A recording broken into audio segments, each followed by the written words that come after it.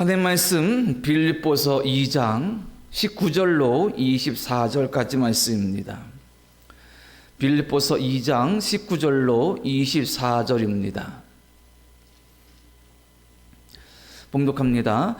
내가 디모데를 속히 너희에게 보내기를 주 안에서 바람은 너희의 사정을 알므로 안위를 받으려 함이니 이는 뜻을 같이 하여 너희 사정을 진실히 생각할 자가 이밖에 내게 없음이라. 그들이 다 자기 일을 구하고 그래서 예수 일을 구하지 아니하되 디모데의 연단을 너희가 하나니 자식이 아버지에게 함같이 나와 함께 복음을 위하여 수고하였느니라. 그러므로 내가 내 일이 어떻게 될지를 보아서 곧 이 사람을 보내기를 바라고 나도 속히 가게 될 것을 주 안에서 확신하노라. 아멘.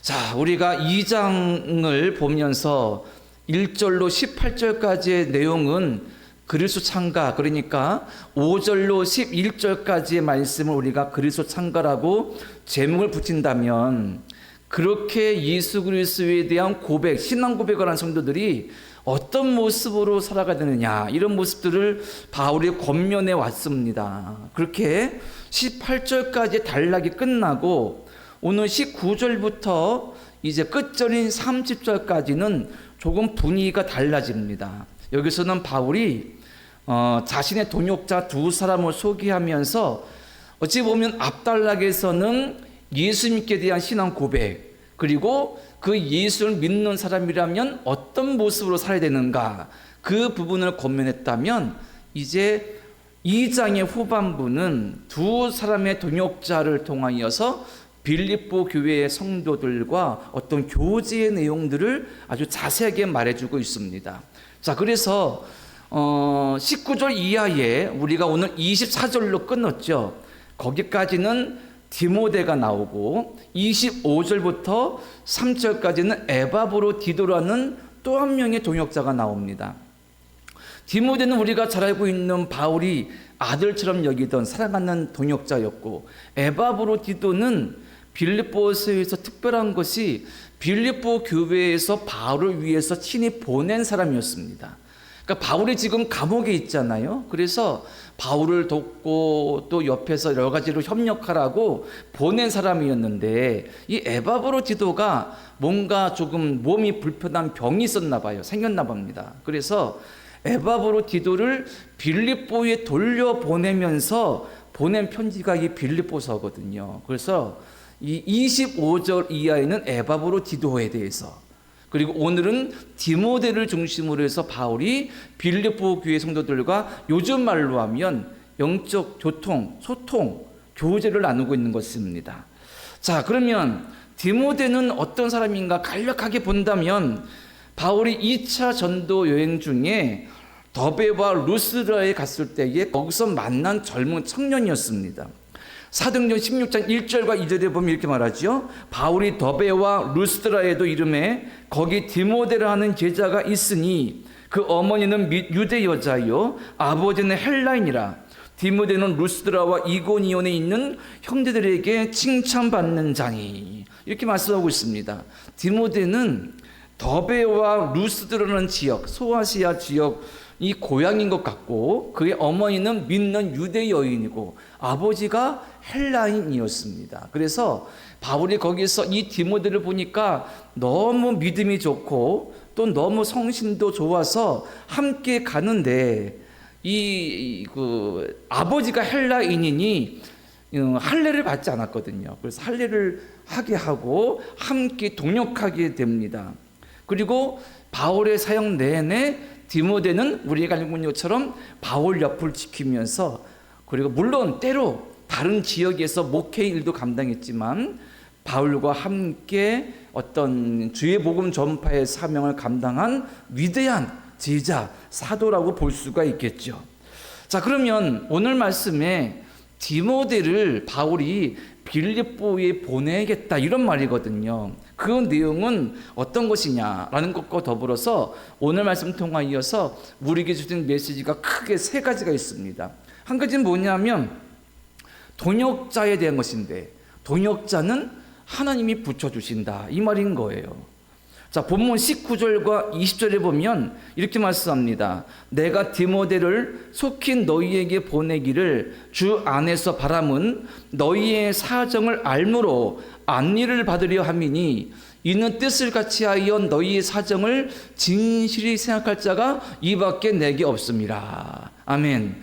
자, 이 19절로 24절까지는 일종의 추천서예요. 디모데가 이런 사람이다. 그러니 디모데를 너희가 잘 받아주어라. 그런 뜻인데 이 내용이 참 심상치 않습니다.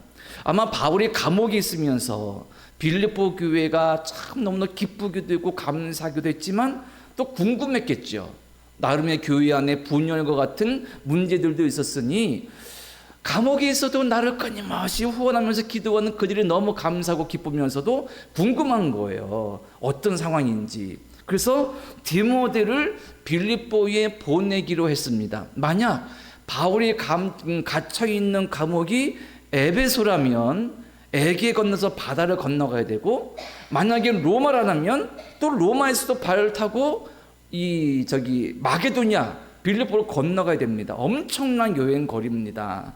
자, 그렇게 내가 빌립보 교회에 디모데를 보내겠다라면서 말하기를 내가 그를 통하여서 너희의 사정이 어떤지 알고 그래서 나도 좀 위로받고 싶고 또 누구를 보낼까 생각하니까 내 주변에 디모데 같은 사람이 없다 이렇게 말한다는 것입니다. 자, 이 20절에 이런 의미가 있죠.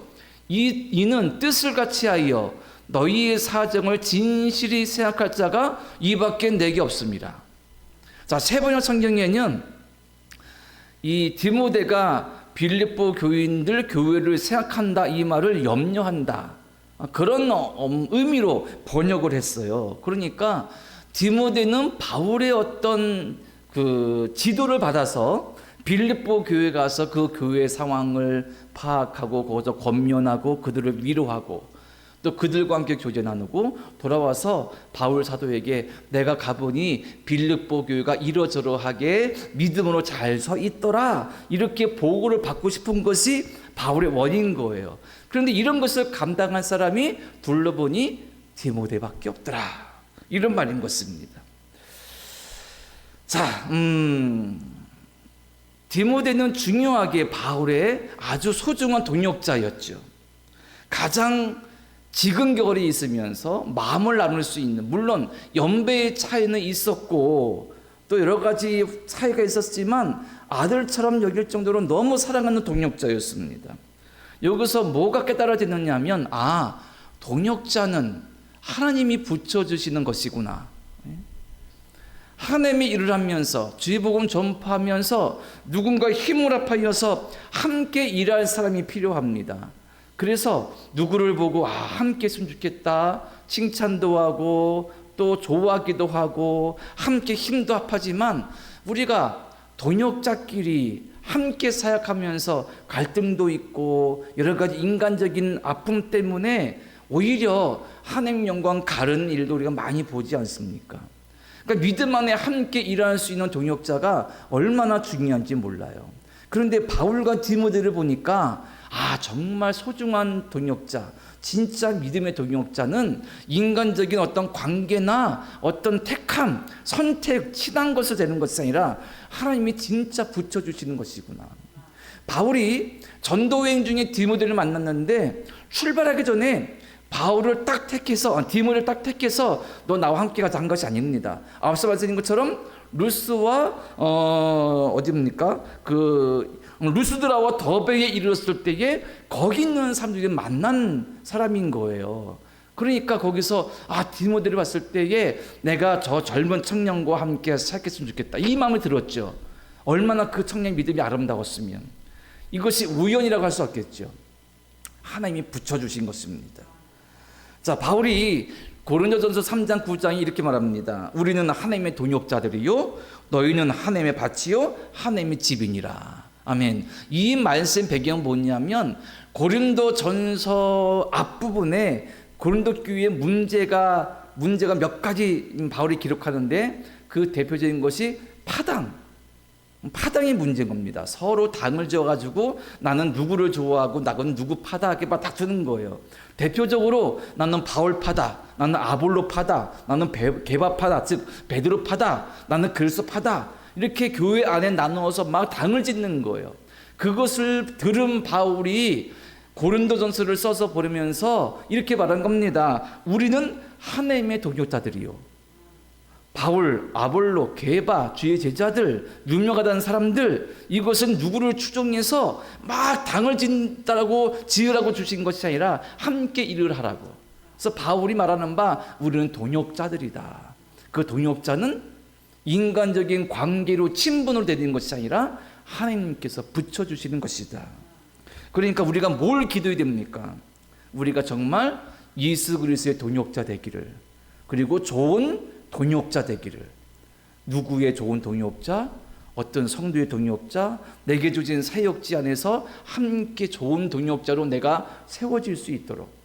동역자라 하면서 오히려 분란을 일으키고 서로 대립하고 서로 경쟁하면서 하나님의 일을 망치는 경우가 허다하기에 오늘 바울을 통해 디모데와 그의 인연이 예수 그리스도에서 이어진 것을 볼 때에 참 좋은 동역자, 믿음의 동역자 하나님이 붙여주셔야 되는구나, 이것을 우리가 기도해야 되는 것이죠. 그래서 주님, 우리에게도 좋은 동역자를 붙여주십시오. 그리고 내가 좋은 동역자 되게 하여 주옵소서 라는 기도가 필요합니다. 두 번째는 일꾼에 대한 것입니다. 자, 21절 보면 이렇게 말씀하고 있어요. 그들이 다 자기 일을 구하고 그래서 예수의 일을 구하지 아니하되. 아멘. 여기서 말하는 그들은 누구냐면 바울 주변에 있는 다른 사람들. 이 말씀은 조금 과장이기도 한 것 같아요. 왜냐하면 바울 주변에 훌륭한 동역자들 많았잖아요. 그런데 디모데를 칭찬하고 높이다 보니까 바울이 뭐라 말하냐면 내 주변의 다른 사람들은 다 자기 일을 구하려고, 즉 자기 이익을 위해서 일을 한다. 그런데 디모데만은 예수 그리스도의 일을 구한다. 예수님을 위해서 일한다. 이렇게 칭찬하고 있습니다. 어떻게 보면 조금 과장일 수도 있죠. 디모데를 높이기 위한. 그런데 진정한 일꾼은 누구냐, 어떤 존재이냐 우리가 발견하게 됩니다. 진짜 좋은 일꾼, 하나님께, 그리고 우리 주님께 정말 좋은 일꾼은 누구냐면 예수님만을 바라보는 겁니다. 예수님을 위해 일하는 것이지요. 예수님만을 사랑하는 사람이 진짜 일꾼입니다. 바울이 말한 바 다른 사람들은 자기 이익을 위해서 일하는데 디모데는 예수를 위해서 일을 한다. 그래서 내가 자신 있게 당당하게 디모데를 너에게 보낸다. 그를 통해서 내 소식을 듣고 그에게 너희의 소식을 알려달라, 이 말이거든요. 자, 바울이 사랑장, 즉 고린도전서 13장에서 이렇게 말합니다. 사랑은 자기의 유익을 구하지 아니하며. 사랑의 특성을 많이 얘기합니다. 그 중에 한 가지가 사랑은 자기의 유익을 구하지 아니한다. 진짜 좋은 일꾼, 진짜 그리스도의 일꾼은 어떤 존재냐? 예수 그리스도를 사랑하지 자기의 유익을 구하지 않는다는 것입니다. 내가 사랑하는 예수님께 나를 드리지 나의 이익을 구하지 않는 존재라는 것입니다. 물론 유한하고 허물 많은 인간이기에 어떤 자기의 이익을 탐하는 것이 당연할 수 있죠. 하지만 진짜 좋은 일꾼은 예수님을 사랑하면서 예수님을 위하여서 일하면서 예수님께 자신을 드릴 수 있는 그런 진짜 성도가 진짜 좋은 일꾼이다라는 것을 우리에게 바울이 알려주고 있는 것입니다. 자, 동역자, 일꾼 비슷한 말이긴 한데 이렇게 보니까 야, 우리가 주님의 좋은 동역자인지, 내가 사역의 터전에서 내가 정말 누구의 정말 좋은 동역자인지, 또 내가 정말 좋은 동역자가 되고 있는지, 내가 좋은 동역자에서 기도하고 있는지. 그래서 우리가 기도할 때, 또 저는 기도할 때 하나님 우리에게, 저희 교회에 저에게 좋은 동역자를 붙여주십시오 라고 기도하고 있습니다. 또 그렇게 기도하게 되고요. 우리는 그런 기도를 끊임없이 해야 되겠고, 그리고 나아가서 주님, 제가 좋은 일꾼 되게 해주십시오. 나의 이익을 구하는 그런 사람이 아니라 예수 그리스도만 사랑하고 예수 그리스도 일할 수 있고 헌신할 수 있는 진짜 일꾼 되게 하옵소서 기도해야 된다는 사실인 것이죠. 한 가지만 더 볼까요? 자, 22절 보면 바울이 이렇게 말합니다. 디모데의 연단을 너희가 안 하니 자식이 아버지에게 한같이 나와 함께 복음을 위하여 수고하였느니라. 아멘. 자, 이 말을 읽으니까 디모데가 젊은 나이에, 그가 정확하게 몇 살에 바울을 따라 나선지 알 수 없으나 그 젊은 청년이라고 우리가 알고 있으니 디모데가 얼마나 어렵겠습니까? 어렵고, 그리고 또 마음도 많이 준비되지 않았고, 그러니까 얼마나 힘들었겠어요? 뭐 차를 타고 다닌 것도 아니고 비행기 타고 선교지 간 것도 아니고 늘 바울과 걸어서 도보로 가는 곳마다 박해당하고, 때로는 폭행도 당하고, 때로는 갇히기도 하고, 때로는 얻어맞기도 하고, 쫓겨다니기도 하면서 얼마나 많은 고통을 받았을까요? 바울이 말합니다. 너희가 디모데가 어떤 연단을 받았는지 너희가 안다. 그리고 그 모습이 마치 자식이 아버지에게 한 같이. 이 말은 아버지와 아들, 아버지에게서 아들이 뭔가를 물려받죠. 뭐 가업을 물려받을 수도 있고, 뭔가 정신을 물려받을 수도 있고, 마음을 물려받을 수도 있고, 성품을 물려받을 수도 있고. 바울이 아들처럼 여기는 디모데에게 뭘 물려줬을까요? 믿음을 물려줬겠죠.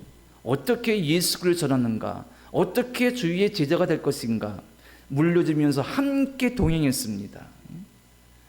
자, 그러면서 바울이 말하는 바, 나와 함께 복음을 위하여 수고했다. 무엇을 위해 수고했습니까? 복음을 위하여서. 여기서 가장 중요한 것이 뭐냐면 믿는 자의 목적이 무엇이냐, 그것입니다. 그게 뭐냐면 복음을 위하여. 바울이 말하는 바, 디모데는 나와 함께 복음을 위하여 수고했다. 이것만으로 충분히 너희가 디모데를 잘 영접하고 신뢰할 만하다. 이 말인 것입니다. 복음을 위하여. 믿음의 가장 궁극적인 목적은 무엇일까? 우리가 사역을 감당한다면, 내게 직분이 있다면, 내가 어떤 식으로든 목양을 한다면, 또 어떤 직임을 감당한다면, 사명 감당한다면 가장 궁극적인 중요한 목적은 무엇일까? 복음을 위하여. 가장 중요한 가치는 무엇일까? 어떤 것과도 바꿀 수 없는 가장 중요한 가치는 무엇일까? 복음을 위하여. 그래서 우리가 늘 확인해야 되는 것은, 우리가 섬기는 교회 공동체가 정말 복음을 위하여서 존재하는지, 우리들이 직분자가 정말 복음을 위하여서 일하고 있고, 그리고 복음을 위하여서 살고 있는지, 단지 복음을 위하여, 하나님 나라 위하여, 주의 복음 전파되기 위하여, 오직 예수 그리스도의 십자가 보를 위하여, 이것은 구호에 불과하고 그냥 친목 모임이나 즐거운 모임이나 사교 모임이나, 아니면 이것을 통해서 어떤 이익을 취하고자 한다면 그것은 하나님께 합당하지 않고, 그리고 그것은 하나님의 영광을 가리게 되겠죠. 가장 중요한 믿음의 궁극적 목적, 신앙의 목적, 교회의 목적, 사역자의 목적을 말해줍니다. 복음을 위하여. 이렇게 생각해 본다면 디모데가 얼마나 바울에게 힘이 되는 존재였는지, 얼마나 하나님께 영광 돌리는 존재가 되는지, 이 바울의 오늘 말씀을 통해서도 우리가 충분히 깨닫게 되고 느낄 수가 있습니다. 그러면 우리는 어떻게 될까요? 우리도 믿음의 가장 궁극적인 목적, 복음을 위하여, 즉 예수님 닮기 위하여, 예수님 사랑하기 위하여, 주께 헌신하기 위하여, 죽음 주의 복음 전파하기 위하여서 우리도 그런 존재 되도록, 그런 성도 되도록 결단해야 되겠고, 기도해야 되겠고, 함께 힘을 줘야 될 줄로 믿습니다. 자, 정리해 보자면 이런 질문을 던지면 좋을 것 같습니다. 나는 어떤 그리스도인인가? 우리 주님께 진짜 힘이 되는 동역자인가? 내 옆에 있는 누구의 진짜 좋은 동역자인가? 우리 주님께 진짜 좋은 일꾼인가? 일을 맡길 만한 좋은 일꾼인가? 주님, 그래서 제가 하나님께 좋은 일꾼 되게 하시고 우리 주님의 좋은 동역자 되게 하소서. 그리고 제가 할 수 없는 바, 제가 부족한 것을 채울 수 있는 좋은 동역자, 일꾼을 붙여주시고 보내주옵소서라는 기도가 우리의 가장 중요한 기도 제목 중에 하나 될 줄로 믿습니다. 그리고 가장 중요한 믿음의 목적을 위하여서, 복음 위하여서, 하나님 나라 위하여서 헌신하고 뛰어갈 수 있는 우리 모두가 되어서 하나님께 영광을 돌리며, 또한 바울처럼 누구에게든지 칭찬받으며 주님께 칭찬받을 수 있는 우리 모두가 되기를 간절히 축원합니다. 기도드립니다. 하나님 아버지, 감사합니다. 오늘 말씀을 통하여서 동역자, 좋은 일꾼, 그리고 복음을 위하여 믿음의 궁극적인 목적을 함께 나누었습니다. 우리가 서로 좋은 동역자 되게 도와주시고 우리 주님의 일을 감당할 수 있는 동역자 되게 하여 주시옵소서. 또한 좋은 일을 할 수 있는, 오직 주를 위해 헌신할 수 있는 일꾼 되어서 이 시대에 필요한 사람들로 그리스도로 세워져서 주의 사명 감당케 하여 주시옵소서. 예수님의 이름으로 기도드립니다. 아멘.